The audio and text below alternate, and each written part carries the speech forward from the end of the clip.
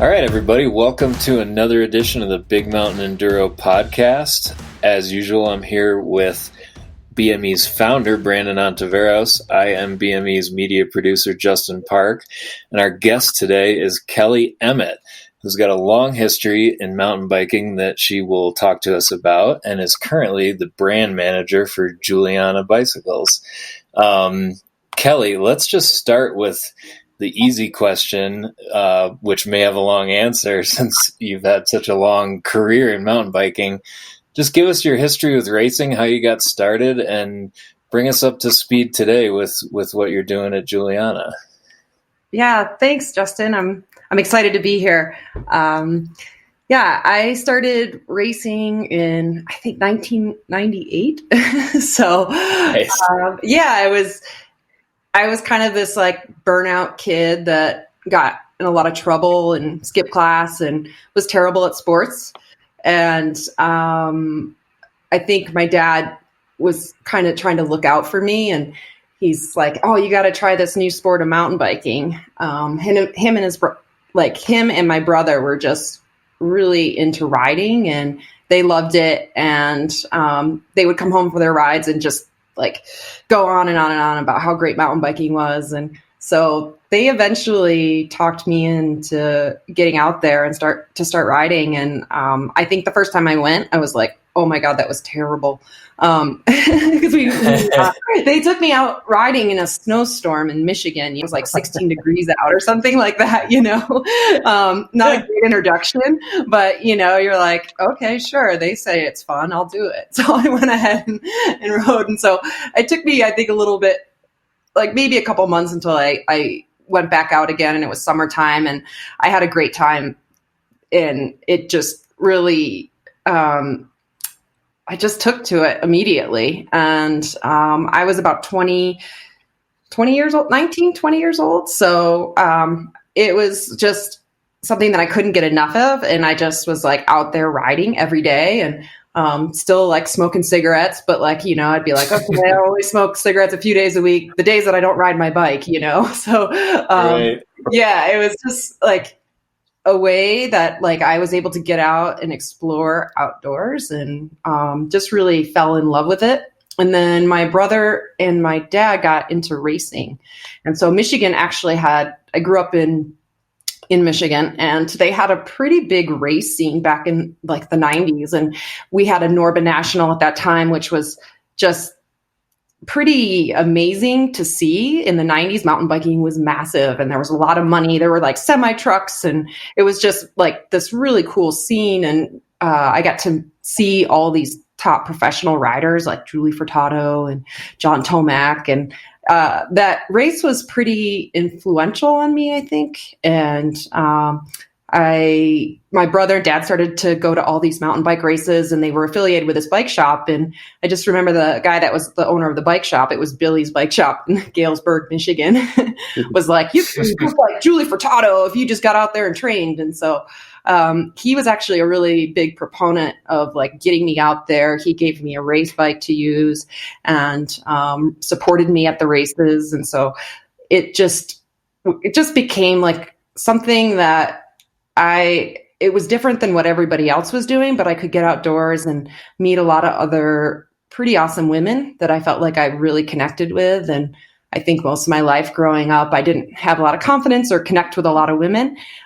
So to find these other women that I could meet, like, go riding with, like in between the races, and hung out with them every weekend, it just was, it was a community for me. And I don't know. I'm kind of one of those people, like when I get into something, I just go for it. So I just really, within 2 years of, starting to ride a bike, I turned professional. So, I look back and I was like, whoa, I can't believe I used to train that hard, but I just worked really hard. And, I had my first year racing professional. I had a top 10 in a World Cup. And so in cross country, that was my discipline at the time, and got approached by GT, which was a pretty massive team. And that kind of started me off in my professional career. So I was teammates with Allison Dunlap, who was kind of my hero at the time. And From there, I've been super fortunate to have race opportunities, and I raced for 18 years, and for 12 of that was cross country. And then the last 6, I started to focus on enduro. But I really, loved riding and racing and tried to get involved in every aspect of racing. Like I raced cyclocross and ultra distance stuff and single speed. So I just really enjoyed racing. And so, and every part of it, every type. And it was awesome. Like I look back and so stoked that I did that with my life. About I think it's 4 years now, I retired from racing. And the last few years of my racing career, I was racing for Juliana Bicycles. And I begged them my last year of racing. I knew I was coming in, like I was ready to retire. And so I begged them for a job repeatedly. Like, please, God, please give me a job after I'm done racing. And so they let me manage a 5-women team, which was pretty cool, and brought me in to help out with demo events. And so that was kind of my first job after racing. And then they I worked really hard, and was in that role for about 3 years. And then I've just recently moved into a brand manager position. So, it's been a great path. And that was a really long explanation. No, that was perfect. No, you gave us the high level, and there's so much that we want to dive into there. I think just describing that timeline, that's one of the reasons that we wanted to talk to you. I mean, not only have you watched the progression of the sport and the emergence of enduro, you made the transition as a racer too. So what were the challenges for you making that transition as a racer? I think what was difficult for me is the skill that you needed. And, I think I love enduro because it kind of brought like the cross country athletes and the downhill athletes, and then they came together, and, it's like a mixing pot of skills. And I had a lot of the fitness that was required for the enduro racing. Like, I always loved the BME and Crested Butte because it was a big, long day. And, it suited me well because I had that fitness from cross country racing to be out there all day. I think, sometimes I don't feel like I really knew how to ride my bike properly until I got into enduro racing and learned a lot of the skills needed. And, I really started to spend more time working on skills because that was where my weakness was at. And, you see that with the downhillers, and how well they can, control their bike, and the skills that they have are just phenomenal. So for me, it was really trying to focus on that, and which seemed difficult at times. Yeah. Just to, let it go. And it really was mentally challenging to ride really tough technical sections. And, we were never hitting really big jumps, but we were still hitting jumps. And, I wasn't ever great at jumping. So that just, totally took me out of my comfort level, and just, and I, struggled with that, I think, throughout my enduro career. And so when it seemed like it changed in the beginning, it was a mix where I could do well because there was enough pedaling. But as it progressed, I think it started to go more towards the downhill stage racing aspect, like a little bit. And that's where I noticed I started to struggle a bit more with it. And I was getting older, so. Sure. Well, we'd love to hear your perspective on the evolution of the sport, because you just sort of detailed how you followed along with the sport in your racing career. I mean, but you've watched it happen. What do you think? What's your view of the history of enduro, its short history, and where it's headed now? And are there changes you'd like to see? Do you like where it's headed? Give us your take on what enduro was and what it's becoming. Yeah, I think it's becoming more official. And I think, like Chris Ball's brought on the UCI this year. And I think that's, putting rules in place was needed. There was, in the beginning, it seemed very small. And so it didn't necessarily need a lot of rules in place, I felt like. But then as it continued to grow and more money went into it, I think the more money that goes into a sport, the more regulation you have, because it's more on the line. People are cheating. And, I think there was the topic of drugs, and not that I ever saw that or witnessed any of it, but, I think it's good that they do have drug testing now and are, just making it a bit more official. And now, in the past, it would be like you could do as many laps in practice as you wanted, as long as you could physically handle it. And, now they have it set up where you can only do one lap. And so I think the changes that we've seen have been great for enduro and were needed, and as the sport has continued to evolve. So I do like the direction that is going. I think the tough part I see now that I'm in the back end of, or on the other side of this, before, I just raced, and, luckily I had help and support to get to those races. But now I really see what that cost companies. And, Sure. So I have had to, figure out budgets for race teams and stuff like that. And so it's like, wow, the destinations that they're going are pretty amazing, but that EWS series is just really like spread out and, is going to some pretty remote locations, which makes it harder and harder for, I think, the industry to support it. And so, hopefully that doesn't, I want to see the EWS continue to progress and do well. But, I think there is, this aspect that I hope doesn't hurt it in the end. But I would say, like on the local level, I think it's an amazing way to see, an amazing sport for people to get into, and it's super inviting for women. And as it's kind of this relaxed atmosphere, and it has kind of teetered into a little bit more downhill, but I don't think that's necessarily so bad for people that are, wanting to get into the sport, because a 6 or 7 hour day on the bike is not always something that everybody wants to do. So I think, I've seen that progression of like more bike parks and a little less riding in between the stages. But I do think that will help grow the level. Yeah, it's always a balance with. It is. It's a pendulum that swings back and forth, and Brandon knows that as well as anybody helping plan these races. You touched on it being a good way for more women to get into the sport, and obviously that's something we want to talk to you about, not just as being a female racer for so many years, but just being involved with the Juliana team and just seeing the state of women's racing. How have you seen, give us your snapshot of what the state of women's racing is, and just women's involvement in mountain biking. How have you seen it evolve, and how do you feel about where we're at right now?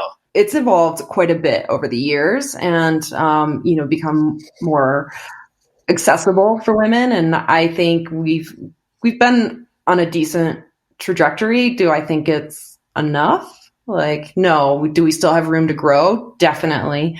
And I think enduro is, I have women that ask me like, what was your favorite aspect of racing? Like which discipline did you enjoy the most? And, I think enduro is the most inviting and fun. And I think it's where we could have like great potential to see growth and get more women involved. And I think Brandon's done an amazing job with, equal pay. That's, pretty big, I think, for most women to know that they have the opportunity to make the same as the men.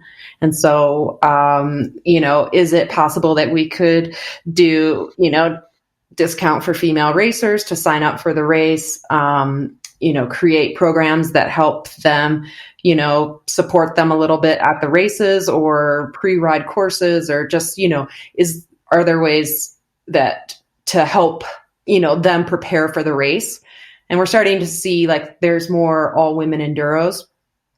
And, there's the Sturdy Dirty, and there's like, we sponsor one by Hope in the UK, the Hope Tech Enduro. And a lot of those events, those women only events, are selling out. And I think because it has, this kind of lighthearted fun, not, super intense race experience. And it just kind of allows them to break that barrier and do that like first time enduro. So, is that something that some of these other bigger series, like, can they do like a first timers event that's like pretty non-competitive and more fun and helps the rider outside of just showing up to the race? So we've seen great, like, I also worked with another event in Quebec, and we had like the pros took the women out like the day before to pre-ride all the courses. And so that aspect of the race also sold out. And so it just kind of really helped them feel more comfortable about the situation and, just more comfortable racing in general. So, we are seeing these women specific events that are selling out continually. So I think that's kind of, a great way to get women involved in the sport. No, that's great info, Kelli. And I think it's probably room and opportunity for another conversation outside of this podcast. That was one of the things I was going to ask you too. It's like, what could we do different at the BME to get more women involved in the sport? Because, we've been around from the beginning, and I mean, in the early days, like there was maybe 4 or 5 of you ladies racing over the weekend. Now we have, 30 plus for the pro women. But I'm thinking now, and again, it's probably room for another conversation, but you hit a good point, is maybe clinics or offering pro guided trips before the race starts, just to give them a little bit more confidence and skill set in riding the terrain. But we're always open ears to that, because, we do the equal payout, and we love having the women at the races. But I'm curious from your perspective how we could do a better job at that and just making it more inclusive for everybody. Right. And I think it starts with just like, allowing women to get their feet wet and just get out there and go for their first race. I think then you'll start to see that pro field to continue to increase, but I think it's going to take that time of just trying to focus on maybe that person that hasn't, can come in and do an enduro and experience it, see what it's about. And I think once you kind of get them in there, they're going to be hooked, so it's just making that first attempt, easier for them to get involved. Yeah. And you've also hinted on a couple areas too with the evolution of the sport, and you brought up the Crested Butte BME race, and we did big backcountry days there. I think naturally the sport kind of just progressed and turned into more of a gravity discipline. And you've been a part of the EWS, and you see the level that these athletes are racing at, and they have mad downhill skills. Do you think there's room to bring more of those point-to-point enduros back? Like, in speaking with your women audience, is that something that you would personally like to see in women in the industry? Because a lot of it has moved to bike parks, even though we still have climbing transitions. But we really try and showcase the best terrain in any given area. My favorite races were always the Crested Butte, like the 5-day ultra, point to point, get in the backcountry. Yeah. That's kind of how the sport all started. And now it's just turned into like a mega, descending weekend with some pedal transitions. But do you think having more of that adventure, larger days on the bike would be an incentive to get more women into the sport?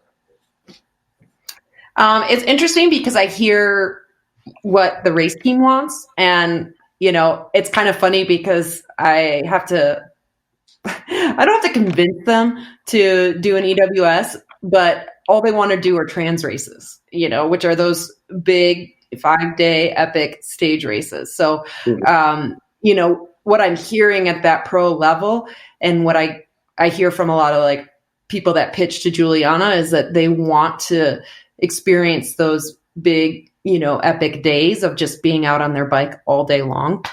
So I do believe that is something that a lot of women want to be a part of and enjoy. I just think sometimes if you're a newer person to enduro, it's a little bit, I would say, a little bit intimidating. So it's going to be, you're going to be appealing to somebody that has been involved in enduro for some time. So it's a tricky balance, but I do think, there's a place for both. I don't know that it necessarily is an either or, Sure. Can you appeal to a more beginner or a person that's newer to racing by having them just do a smaller part of those multi-day stage races? I'm sure like not as many days, or, find a way to help them ease into doing a mega 7-day event, which seems pretty difficult, I think, for some people right off the bat. So I think it's finding that balance and offering both, in the sense that, the people that are new to it can go to, a race like the Aspen Snowmass, where there's not as much pedaling, to, Crested Butte as they evolve into the sport. For the women that are maybe in that intermediate position of where they're thinking about getting more serious about racing, maybe making a career out of mountain biking, what kind of advice do you have for them? It's kind of interesting. I'm like, don't quit school. Right. Stay in school. Don't do drugs. Yeah, don't do drugs. Stay in school. Women negotiate. Yeah. I think, it's been interesting to see. And unfortunately, I hate saying this, but in the gravity side of our sport, I don't see a lot of opportunity for women. And we have a young up and coming rider, Claire Hamilton, who's an extreme talent, like just an amazing rider. And, she did want to quit college to race full time. And I really discouraged that, because it is extremely tough to make money, to make a living in the sport. Especially if you want to stay focused in enduro, it's pretty crazy what you can make, even in like, okay, so Cecile Ravenel at the EWS, she probably makes a decent living, but there's like probably 3 women that make an okay salary in the EWS. And I know some of the salaries of the women that are like in the top 5, and you'd be shocked the amount of money they make. So, and Right. It's not enough to like, it's enough to get by, if that, so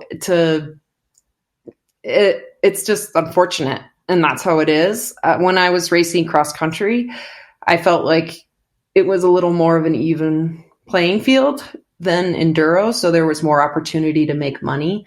And I was, able to do okay and save a little bit.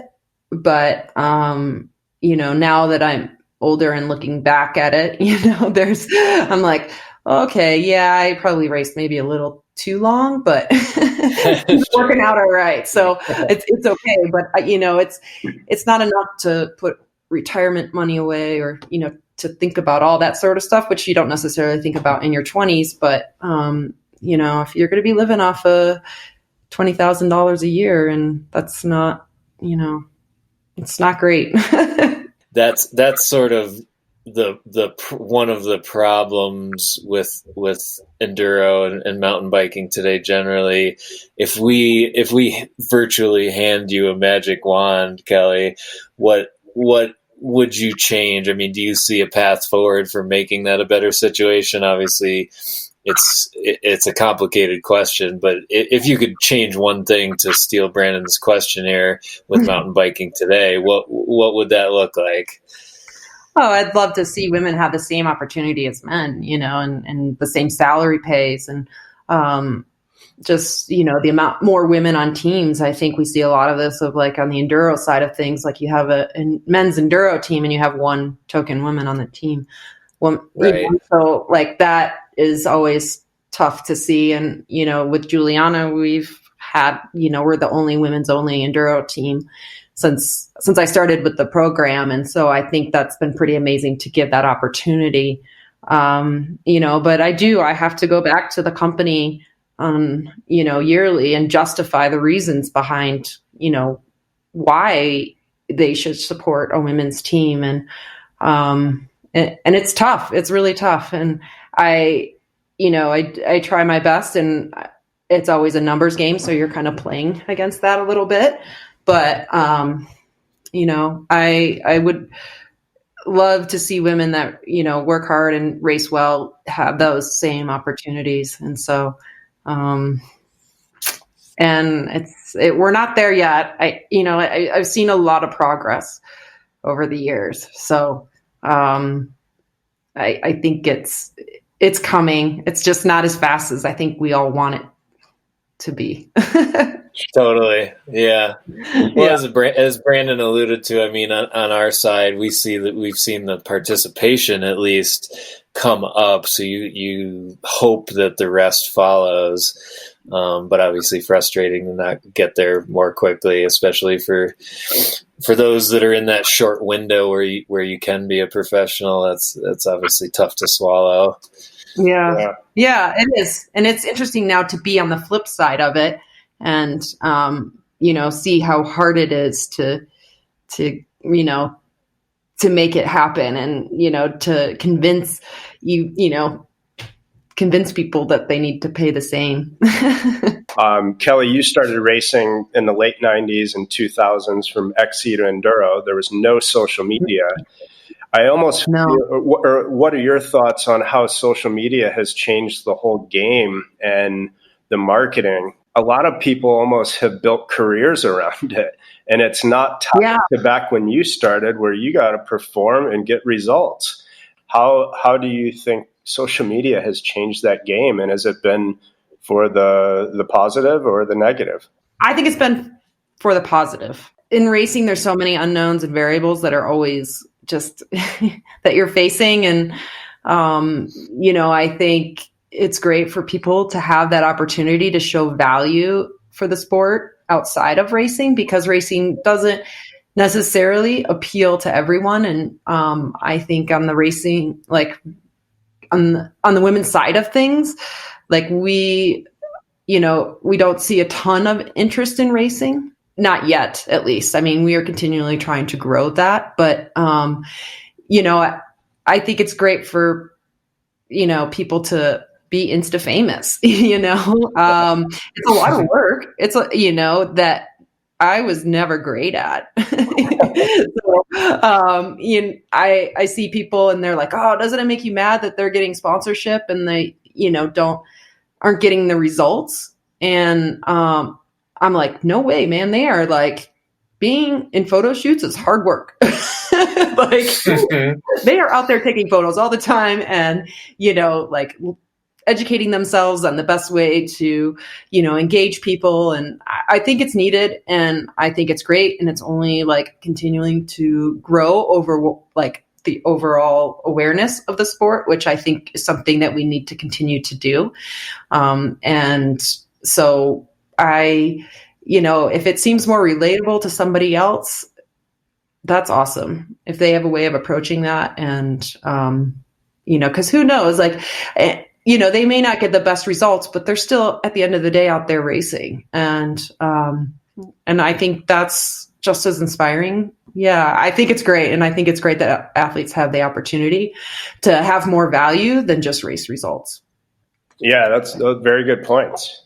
Because I know I was on that other end and it sucked when you had a bad season and you felt like all your value was centered around that result, and people would always tell you you're only good as your last result. So like, it was a little harsher, but, and you just like were sick that day or you just had a bad day on the bike, the bad results happen. Yeah. They happened throughout my career, like a lot. There's so few really good days. Yeah. And so to find value outside of that, I think it's pretty awesome, and they're lucky. Yeah, very cool. You mentioned, not racing is not for everybody, and especially with women, you're noticing that there's not a ton of interest right now. But there are, there's plenty of people that are passionate about mountain biking who have no interest in racing, but are interested in advancing their skills and progressing as a rider. In your opinion, what's the best way for people, whether they're racers, whether they're women, men, whatever? What kind of training, or how can they push themselves and get better as a rider and just make the sport more fun for them and open up a broader palette of trails and ways to ride? I always tell people that are new to the sport, take a skills clinic first off, because that'll, I don't think there were no skills clinics when I started racing, and I crashed so often, and it was just like I have had so many injuries. So for me, I think like there's a lot of great coaching companies that are out there right now. There's Ladies All Ride and Vita MTB, which is based in Colorado.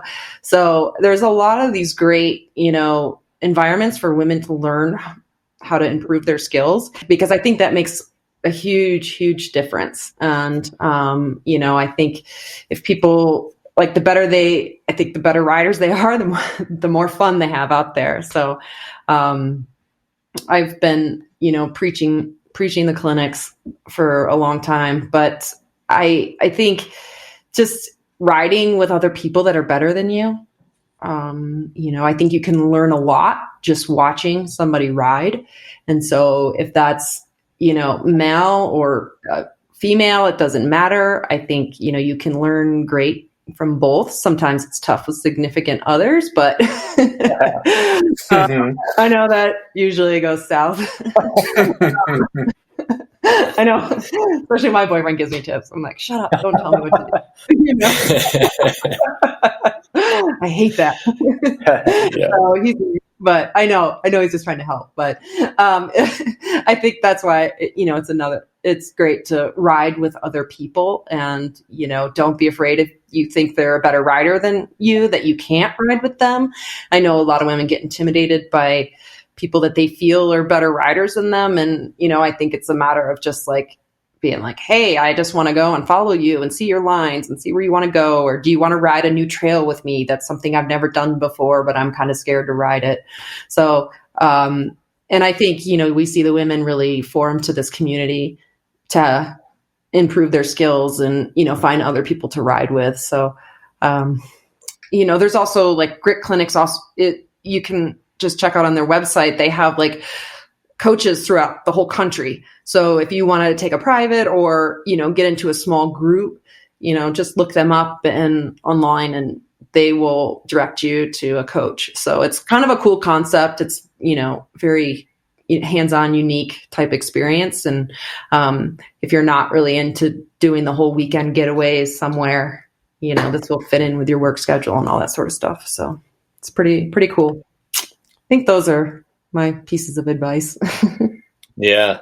Well, and obviously we're running a race series here. What role, for those that are open to it and feel comfortable with it, what role do you see participating in a race at any level playing in that process of finding more enjoyment in mountain biking and getting better? Well, I definitely think like racing always pushes you to be a better rider.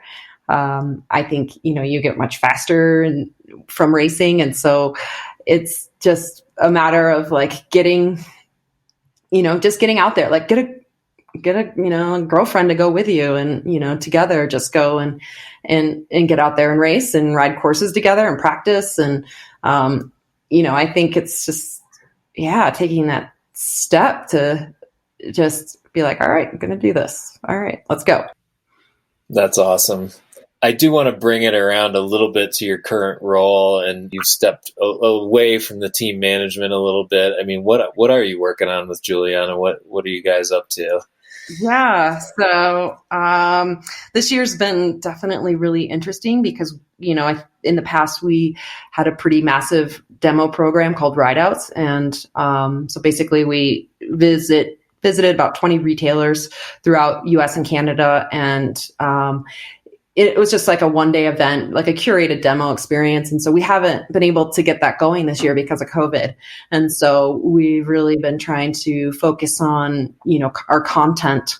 And as a brand manager, you're shaping the message of Juliana. And so it's been trying to figure out, what can we provide of value to our consumers? And, we just started, yesterday we launched our Tech Tuesdays. So, teaching women how to work on their bikes and how to set up their suspension. And they're just short clips. And so it's women teaching other women how to, just be more comfortable working on their bikes. And so that's kind of our first project that we've been able to get out because we were in a little bit of a halt COVID because it was like, oh, you can't film, you can't get pictures, you can't, it was just like, what do we do? And we did see, a big uptick of everyone going to the internet. And we do have a IG Live with Alex Pavon, who is our social media manager and also a racer who's been to a lot of the BMEs, but she's been doing a great job and just trying to help the brand seem more relatable and connect to our consumers on a little bit different level. So educate and just help them feel like they can accomplish more than what they think they're capable of doing. So it's been working on a lot of those little side projects. And so we have a few more in the works, and we also just launched a new bike. So I was pretty involved with journalists and helping them get the bikes and, help them answer questions. And, in the past, usually we all meet with journalists together in one location and it's a bit more hands-on. But this year it was just kind of shipping bikes and Zoom meetings. So yeah. Well, hopefully this will all increase racing as well. I think, we're seeing this huge, uptick in sales. Like it's been ridiculous, how well the bike industry has been doing right now. So, I hear a lot of it is, that those bikes that are around $2,700, $2,000 range. And, but what does that mean in few months down the road or a couple of years down the road? Is this just the entry level, but will this get more people into the sport and continue it to grow and progress? And so I think it's been pretty exciting times. Yeah. Thanks so much for spending some time with us. Hopefully the people that listened in got something out of that. And we'll be following your career to see where you go. Good luck with grad school and everything you're doing with Juliana. Yeah. Thanks. Hopefully I'm not too jaded. No, you're not. Thanks to everyone who tuned in, and thanks as always to our sponsors, Yeti Cycles, Maxxis Tires, Shimano, Fox, Stan's No Tubes, Raceface, Industry 9, and Upslope Brewing.